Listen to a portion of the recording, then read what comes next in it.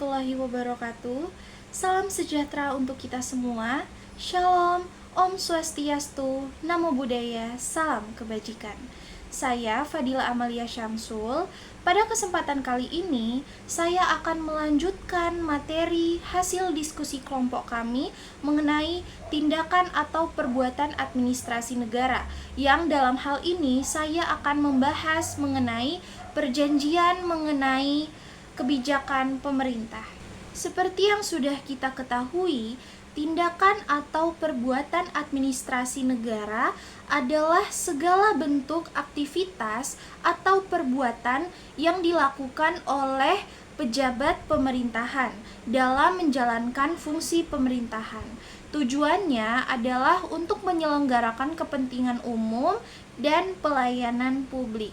Hal ini tentu sangat berkaitan erat dengan perjanjian mengenai kebijakan pemerintah yang merupakan kesepakatan antara pemerintah dengan pihak lain, dalam hal ini swasta, masyarakat, atau lembaga asing yang bertujuan untuk melaksanakan kebijakan publik.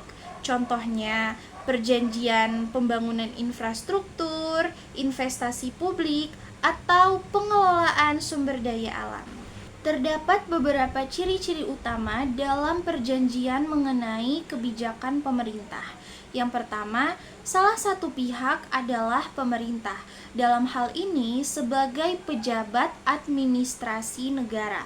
Yang kedua, tujuannya untuk kepentingan umum dan bukan untuk kepentingan pribadi.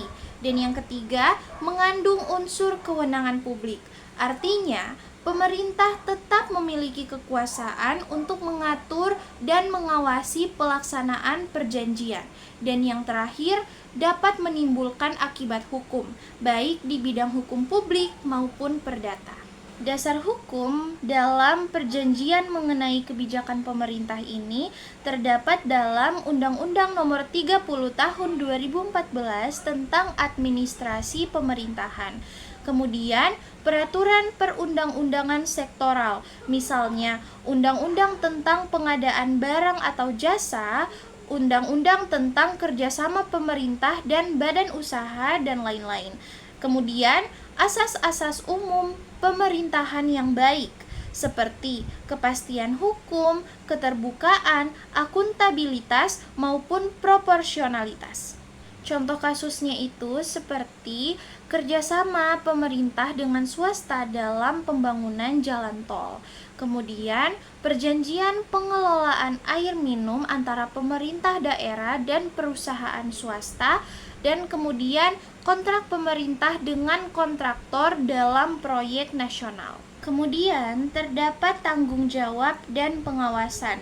Dalam hal ini, pemerintah tetap bertanggung jawab atas pelaksanaan kebijakan yang menjadi dasar perjanjian. Kemudian, pengawasan dilakukan oleh lembaga internal seperti inspektorat maupun BPKP, dan lembaga eksternal seperti BPK, DPR, maupun KPK.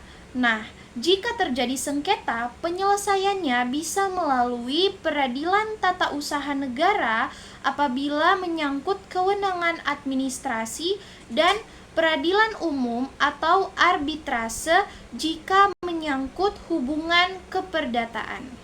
Baik, sekian yang dapat saya sampaikan tentang perjanjian mengenai kebijakan pemerintah. Atas lebih dan kurangnya saya mohon maaf. Terima kasih dan sampai jumpa.